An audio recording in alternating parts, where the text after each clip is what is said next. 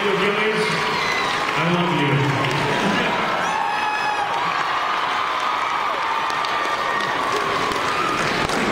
Nicely done, Dan. Thank you. Thank you everyone for your participation. And we have our first question. Hi. So my question's for Michael and Julie. I really love the music that's included with all the episodes every week, and I was wondering how you go through the process of choosing the music, and do you like approve it personally, or do you have a team that does it? I personally play. No, we actually have, and this was true in the Vampire Diaries as well, this team of editors that are so extraordinarily dialed into their musical voice and the musical voice of the show. In a way, they created that voice for us, and we just got to say, oh, thank God for you guys. It's a team, our co-executive producer, Lance Anderson, who has been with the Vampire Diaries since episode 2, has, like, he's the guy that puts in the Bon Iver, you know, and the great tracks, and finds great music, and then when you add to that New Orleans jazz, and the footprint, the musical signature of the city, it's just this like, potpourri. Potpourri. Let's go with potpourri. This cornucopia, some cover of potpourri. And then, of course, Mike Subi, the composer, is so dialed into the universe as well as he did the Vampire Diaries. So music, beautifully, is the least difficult part of Mike's and my job, because the people who handle it, along with music supervisor Chris Miller, are so good at it. Yeah, Chris Miller deserves a huge shout out for finding all this stuff. And you can follow him on Twitter, because he posts every song in every episode on Vampire Diaries and the original, so you can go and download it. And there's such great songs. I don't know if I'm allowed to do this, but I want to just say this. In episode 21, the Battle of New Orleans, when Elijah walks out into the middle of the compound surrounded by an army of vampires, and he meets his brother, and then Klaus goes off to fight Marcel, and Daniel has this beautiful moment where he says, "Gentlemen, shall we?" You know, it's so great. That was originally set to a song that we didn't get the rights to. Oh, yeah, Lance. Can I say what that song was? Because it's so awesome. You can. They did not give us the rights, but it was Blunderbuss by Jack White. It's so good, and you should listen to that song again and again. But that's it. That's all. It just became my worst song. Oh no. I mean, in this discussion of your incredible behind-the-scenes team, it should also be noted that you guys have an Emmy nomination this year.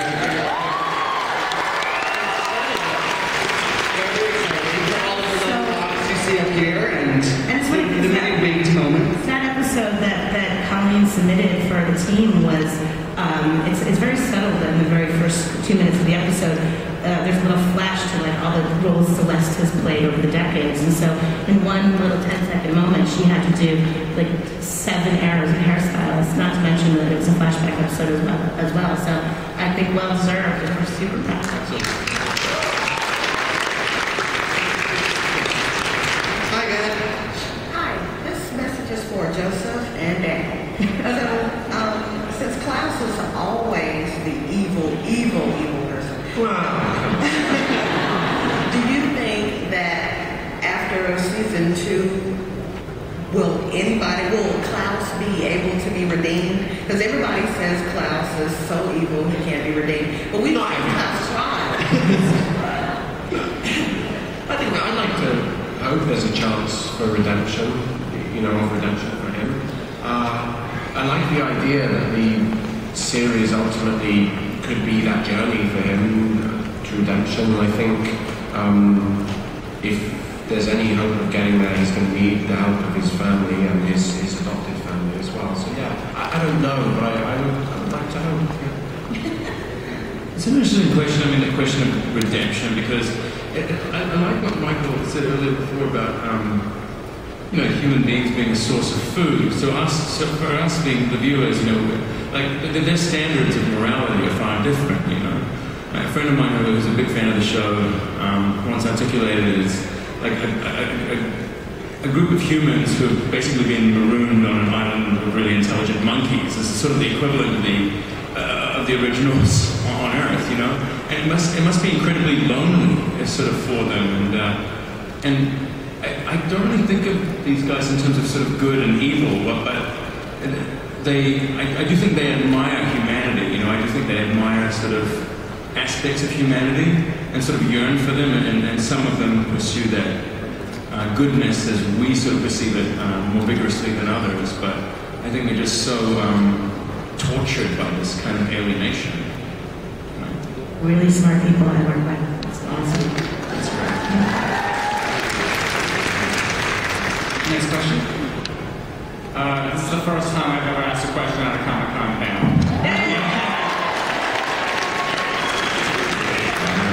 Make it a good one.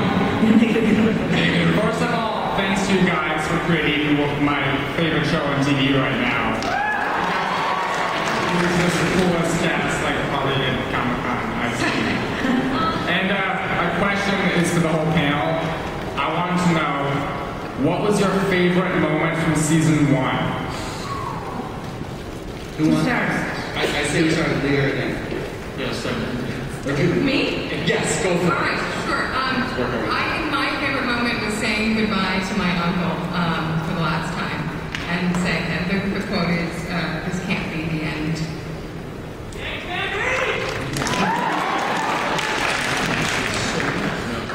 I'm just bombarded with memories now.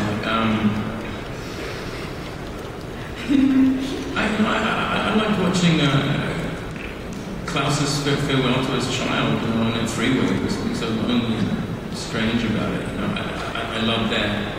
I even loved, weirdly enough, this sounds self-aggrandized, but I even loved just a scene that I did with Cammy, Elijah and Cammy sort of walking into the universe. I remember just being thrilled at seeing that the family had just come to town. So much of the series. Move on. It's just going to go forever.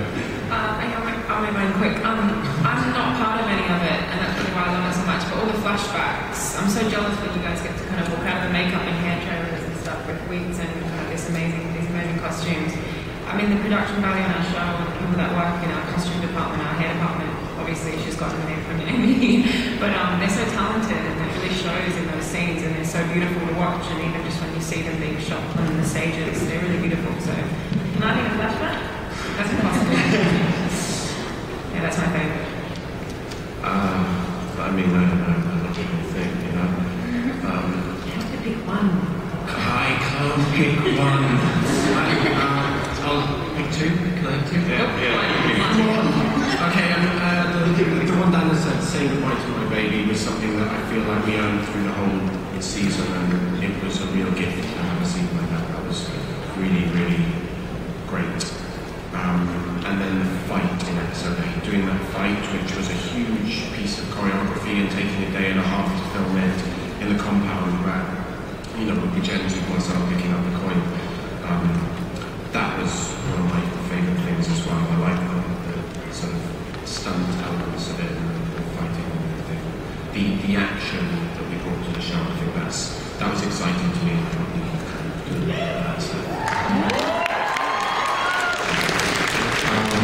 My favorite personal moment was episode 11 after Davina dies, and then I rushed back. Not that part. I'm getting to the part. I like that part. You did great. And they slit your throat. You just.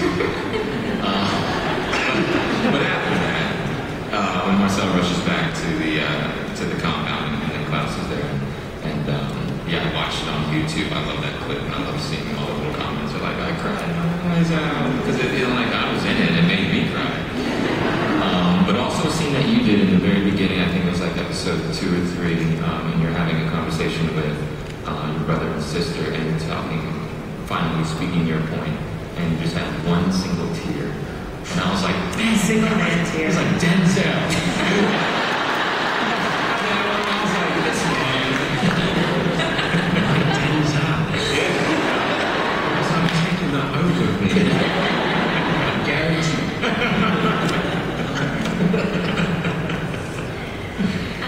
My favorite to film was the scene right before I died. So I don't know, I know that can choke you up, but I thought it was a really beautiful moment between Marcel and Davina, and he's been like the only family that she's had, and her finally getting to say goodbye and being strong enough to do so. I thought that was a really It was a fun scene to film. I mean, walking up with the fire and the rain, it was really fun to film. And the seating that in the container, when you make a decision to just go press it in the episode. Yeah, I thought that was a lot of fun. It looked really cool to film. I love that part. And then also my favorite to watch, really, I loved watching Haley hold the baby for the first time. Julie and Michael, I'll put the question to you as well, but is that like the ultimate Sophie's choice to pick a scene from the show that you've written 22 episodes? Yeah, but if I can shout out something that Narducci wrote, because he's, Professor Narducci, is so brilliant, his voice is so poetic, and he wrote the line, and of course I will then butcher it, about when Rebecca says it to Klaus when they finally had it out right before she leaves, and she says, "We are the definition of curse." And Narducci can help remind me what the prelude to that was, but it's like we're stuck with each other always and forever. We can never die. We can never split. That is truly the definition of curse. I just thought that was so sad, and I liked it. So. Michael, would you like the opportunity to pick something Julie wrote?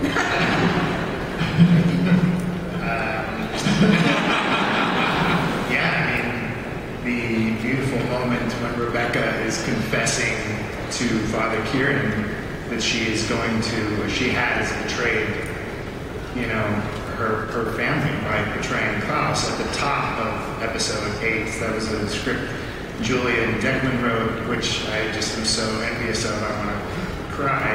It was really, really great stuff. And, I think the journey that Rebecca went on in this season from deciding to betray her brother, looking at Klaus in the eye and choosing to lie and say, "I don't know what Marcel is planning against you," and then turning on her own brother and leading this revolt against Klaus, and then trying to get Davina to join against Klaus, and ultimately the revelation of what her past sins were by working with Marcel to bring in Michael, and then, finally having her confrontation with Klaus and then deciding to leave and being... You just brought it back to your line. I did, yeah. Well, I was trying to do it. You brought that right back to your line. Sorry. But it was a good... It was a really good line. And Claire Holt, everybody, Claire Holt. That's what I really wanted.